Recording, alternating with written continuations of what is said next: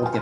Welcome friends, welcome to your channel Efficient Corporates. So today's video is going to be a very different video from all of my previous videos, because in this video we won't talk about the tools for office efficiency, but instead we will talk about the rules for office efficiency. What are some of the rules that any individual at his level and even company as a whole, or any firm or private company as a whole should follow, so that he can bring in office efficiencies at the workplace. So let's start. So as you all know that our YouTube channel, Efficient Corporates, has the tagline "Don't be busy and be efficient." So with the same tagline, we have this series in where we will be talking about how we can increase our office efficiency. So there are no tools, but just some basic rules which I believe are fundamental for any office, any admin office. Basically, not I'm not talking about any factories or something else, but any administrative office where people work within computers, making many MIS, making many reports, and all those things. So these are the basic rules which I believe are necessary for making your office working efficient. So who should watch this? So the basically at your individual level, if you want to increase your work productivity, you should have the video will be helpful. For a sole proprietor of firm like a CA firm, one is CS firm, where a group of employees, when a small group of employees work in a single office, for them the video will be helpful. For small private limited companies with some small to medium employee strength, or even big companies who are working across multiple locations. So all these cases, they can have a look of what are the rules are, and they can implement it. And I strongly believe that these rules will be helpful for them.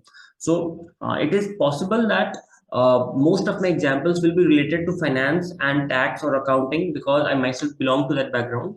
But the rules which we will be discussing can equally be implemented in your HR, marketing, sales, operations, or any other function which you have in your company. So the first rule, basically there are 5 set of rules, and we will be discussing each one of them in detail. So the first rule which we have made is work standardization, centralization and decentralization. The second one, knowledge management. The third one, time and motion study. And then automation. So these are the 5 rules, and these are not you won't find it in any internet or Google, because these are based on my own experience and based on my discussion with multiple CA firms, and looking at the way how they work. So in that way, the rules have been brought to you. So first thing which we need to know is that bringing any office efficiency, it needs to be a collective effort. Okay, it's not that a single person can make an office efficient. He can do it at his own level, but if you are talking for an organization, it needs to be a collective effort, because they are organization is just a moving is a big moving thing with multiple parts, right? So all those parts need to be efficient so that the entire movement is efficient.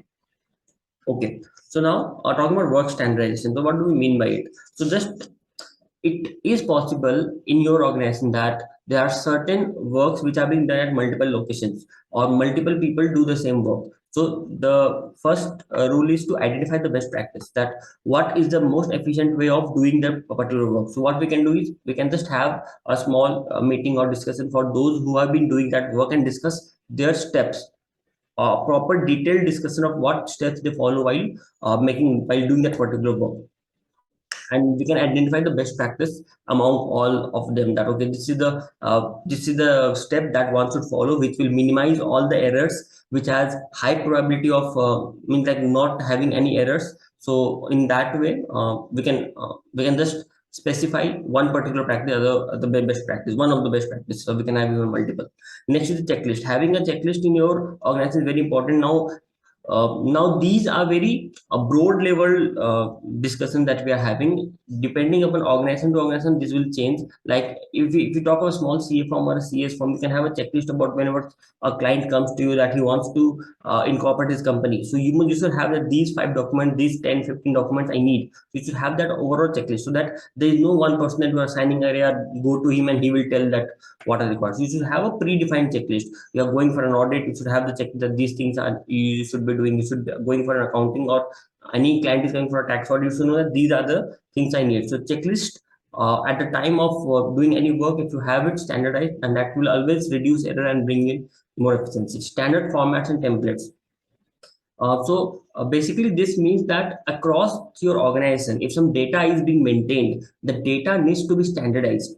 Like either you are using some technology or using some app to feed the data so that the reports which are generated, that those are standardized, or if you are maintaining a manual Excel file, make sure that all the data which is getting captured are in a standard format. So you have developed a format basically that these are the data, and in these way the data should be kept, so that at the time of consolidation, at the time of when you need it to see the overall picture, that does not become a challenge. The month on month, every month when you maintain the data, make sure that you maintain a specific client's data for every month in a standard format, not that the format I have wired.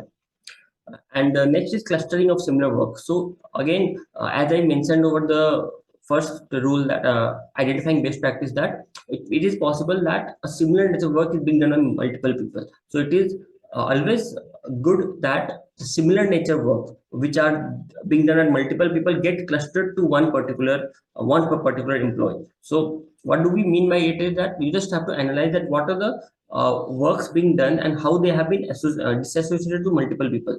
Like if I give you again the example of a CA firm, if one particular person is given the work of GSTR 1 and GSTR 3B, and also for that client he also handles the MC related work and income tax related work. So in this case, we can see that now it's possible that for other clients someone else is doing the MC work and the GSTR 1 and GSTR 3B work and the income tax related work. So now what we can see is that it's always good that a single person is assigned the responsibility of doing all the GSTR 1 and GSTR 3B across many clients. The next person can be given responsibility of assigning the MC related works for multiple clients. So what will it do is that the person who is doing the work, it will bring in more standardization and speed to his work, because he will be doing the same kind of work again and then again, so that he can be specialized, and then he can make sure to identify the best practice, that how the work can be done at the minimum amount of time. So that is one thinking, that you should cluster the similar related work to a single person. Now, second is around the second rule, which you talk about centralization and decentralization. So it's very important to know that what work you should centralize at a head office level or at a top apex level, and what works should be decentralized and given to the unit levels. So, and if you have a single location company, then what works should be done by you as a proprietor or you as a owner, and what work should be decentralized to other employees. So that is the whole concept. So now, centralization should be done for the similar nature works. If there are some similar nature works which are being done across multiple, so it is probably for those which are spread across multiple locations. So if there are similar nature works being done at multiple locations, you find that it's always good to centralize that at your apex level, so that there is no repetitive of manpower at each of the locations. And what you should decentralization should always be towards brainstorming, when you have to think of an idea, when you have to think of something, and those works should be decentralized, because the creative jobs, because more persons or more brains need to be involved for just such job. So then, to talk in some other terms, we can say that whenever there is some supervision or monitoring, like some MIS or some reports needs to be made, it is always good that you centralize those work at your level, and then out of that MIS, whenever some action is required or whenever the reasons are required, some remedy is required, so okay, these we see as not working. So that time the actions part should be delegated to the unit level, or the apex, the employees who are working. So the supervision and monitoring should always happen at an apex level, and they should try that the MIS making or the reports which have been generated at multiple locations or multiple employees, that gets centralized, and the single person is responsible for monitoring that particular thing and making that MIS or something.